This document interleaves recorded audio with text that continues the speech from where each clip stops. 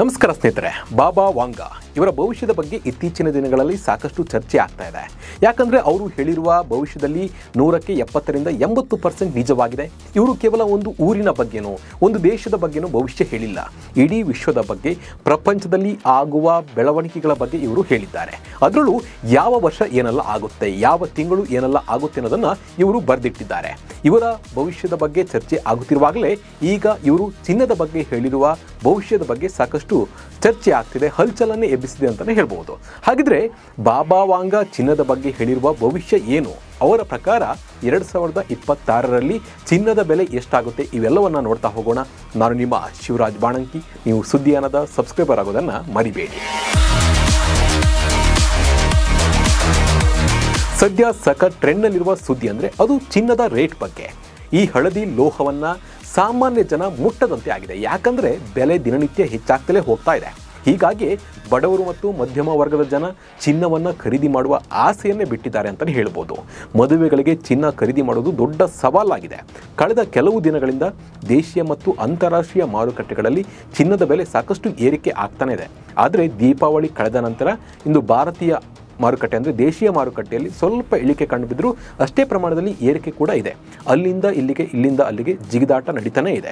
ಇನ್ನು 2025 ಮುಗಿಯೋಕ್ಕೆ ಇನ್ನೂ 2 ತಿಂಗಳಿದೆ. ಇದರ ನಡುವೆ 2026ರಲ್ಲಿ ಚಿನ್ನದ ಬೆಲೆ ಎಷ್ಟಾಗುತ್ತೆ, ಏರುತ್ತಾ ಇಳಿಯುತ್ತಾ ಅಂತ ಹೇಳಿ ಜನ ಅದರ ಬಗ್ಗೆ ಗಮನ ಹರಿಸ್ತಾ ಇದ್ದಾರೆ. ಅದರಲ್ಲೂ 2026ರ ಚಿನ್ನದ ಬೆಲೆ ಬಗ್ಗೆ ಬಾಬಾ ವಾಂಗಾ ಹೇಳಿರುವ ಭವಿಷ್ಯ ಕೇಳಿ ಎಲ್ಲರೂ ಶಾಕ್ ಆಗಿದ್ದಾರೆ. ಹೌದು, ಬಾಬಾ ವಾಂಗಾ 2026ರಲ್ಲಿ ಚಿನ್ನದ ಬೆಲೆಯಲ್ಲಿ ಭಾರೀ ಪ್ರಮಾಣದಲ್ಲಿ ಏರಿಕೆ ಆಗುತ್ತೆ ಅಂತ ಹೇಳಿ ಭವಿಷ್ಯವನ್ನು ನುಡಿದಿದ್ದಾರೆ. ಜಾಗತಿಕ ಮಾರುಕಟ್ಟೆಗಳಲ್ಲಿ ಅಸ್ಥಿರತೆ ಉಂಟಾಗಬಹುದು, ಇದು ಆರ್ಥಿಕ ಹಿಂಜರಿತಕ್ಕೆ ಕಾರಣವಾಗಬಹುದು. ಹೀಗಾಗಿ ಚಿನ್ನದ ಬೆಲೆ ಹೆಚ್ಚಾಗುತ್ತೆ ಅನ್ನೋ ಭವಿಷ್ಯವನ್ನು ಈಗಾಗಲೇ ಅವರು ನುಡಿದಿದ್ದಾರೆ. ಬಾಬಾ ವಾಂಗಾ ಅವರ ಭವಿಷ್ಯವಾಣಿ ನಿಜವಾದರೆ ಚಿನ್ನದ ಬೆಲೆ ಹೊಸ ದಾಖಲೆಯನ್ನೇ ತಲುಪಬಹುದು ಅಂತ ಹೇಳಿ ಲೆಕ್ಕಾಚಾರವನ್ನು ಹಾಕಲಾಗ್ತಾ ಇದೆ. ಜಾಗತಿಕ ಬಿಕ್ಕಟ್ಟು ಸಂಭವಿಸಿದರೆ ಚಿನ್ನದ ಬೆಲೆ 25ರಿಂದ 40ರಷ್ಟು ಏರಿಕೆ ಆಗಬಹುದು ಅಂತ ಹೇಳಿ ಮಾರುಕಟ್ಟೆಯ ತಜ್ಞರು ನಂಬಿದ್ದಾರೆ.